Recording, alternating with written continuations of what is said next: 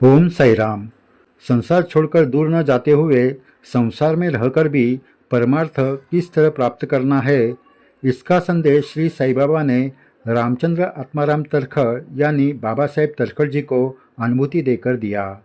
इसके बारे में आपको बताते हैं। अगर आपने ये चैनल सब्सक्राइब नहीं किया तो ज़रूर कीजिए और वीडियो के नीचे दिए गए थैंक्स बटन के द्वारा सही प्रचार कार्य को मदद कीजिए। 5 दिसंबर 1910 को रामचंद्र तरखड़ शिरडी में श्री साईं बाबा के दर्शन के लिए आए। अपने रोज की नौकरी और घर गृहस्थी के व्यस्तता से निकलकर मन के शांति के लिए वो शिरडी में आए थे, लेकिन उनको शिरडी में इसके विपरीत अनुभूति आई। जब वो साठेवाड़े में गए तो उनको एक सज्जन ने, बाबा साहब आप यहाँ क्यों आए हो, यहाँ क्या है, ऐसे बहुत सारे सवाल पूछे। दूसरे एक सज्जन ने, स्थितप्रज्ञ का मतलब क्या, उसके बारे में आप बता सकते हो क्या, ऐसे सवाल पूछे। ऐसे अनेकों सवालों से बाबा साहब तरखड़ जी का सर भारी होने लगा। मन चंचल हो गया और मैं यहाँ क्यों आया हूँ, इसके अलावा मैं मुंबई में ही ठीक था, ऐसे बाबा साहब तरखड़ जी को लगने लगा। लेकिन शिरडी में आकर लोगों के सवालों से ऊब गया हूँ, ये उन्होंने अपने मन में ही दबाकर रखा और वो द्वारका में श्री साईं बाबा के दर्शन के लिए गए।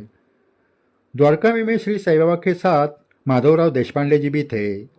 तरखड़ जी ने श्री साईं बाबा के चरणों पर अपना सर रखा। बाबा ने उनके सर पर हाथ रखा और माधवराव देशपांडे को कहा, श्यामा ये ऐसा क्यों कर रहा है, इसे ज़रा दो बातें तो बता। बाबा ने ऐसा क्यों कहा ये माधवराव समझ नहीं पाए, लेकिन बाबा साहब समझ गए। थोड़ी देर में बाबा साहब माधवराव के साथ द्वारका में से बाहर आए। जब वो साठेवाड़ा की ओर जाने लगे तो माधवराव को रहा नहीं गया। उन्होंने बाबा साहब को इसका कारण पूछा। तब बाबा साहब ने माधवराव को सारी बात बताई। बाबा साहब रोज की नौकरी, गृह गृहस्थी, इसकी जिम्मेदारी में मन शांति खो बैठे थे, इसलिए मन के शांति समाधान के लिए वो शिरडी में आए थे। लेकिन लोगों ने उनको अनेकों सवाल पूछकर ऊब दिया था। बाबा साहब की बातें सुनकर माधवराव मुस्कुराए और उन्होंने कहा, यही तो हमारे बाबा की लीला है और इसमें ही उनका संदेश छुपा है। बाबा साहब कुछ समझ नहीं पाए। उनका चेहरा देखकर माधवराव जी ने स्पष्ट रूप से कहा कि संसार के बोझ में दबे होकर भी अपना मन सही चरणों में कैसे स्थिर करे, घर गृहस्थी के जिम्मेदारी में फंसे होकर भी अपना मन सही भक्ति में कैसे लीन करे, इसका संदेश बाबा ने आपको दिया है। चलो हम बाबा के पास फिर से चलते हैं, वहाँ बाबा क्या कहते हैं वो देखेंगे। बाबा साहब तरखड़ और माधवराव वापस द्वारका में आ गए। बाबा अपने आसन पर बैठे थे। दोनों द्वारका में की सीढ़ियाँ चढ़कर अंदर पहुँचे तो बाबा ने तुरंत बाबा साहब से कहा, भाऊ श्यामा ने क्या कहा वो याद रखना। बाबा साहब तरखड़ जी समझ गए कि इंसान शिरडी में रहे या अपने घर में, संसार किसी का छुटता नहीं है। हर जगह अपना मन किसी कारणवश चंचल और अस्थिर हो जाता है।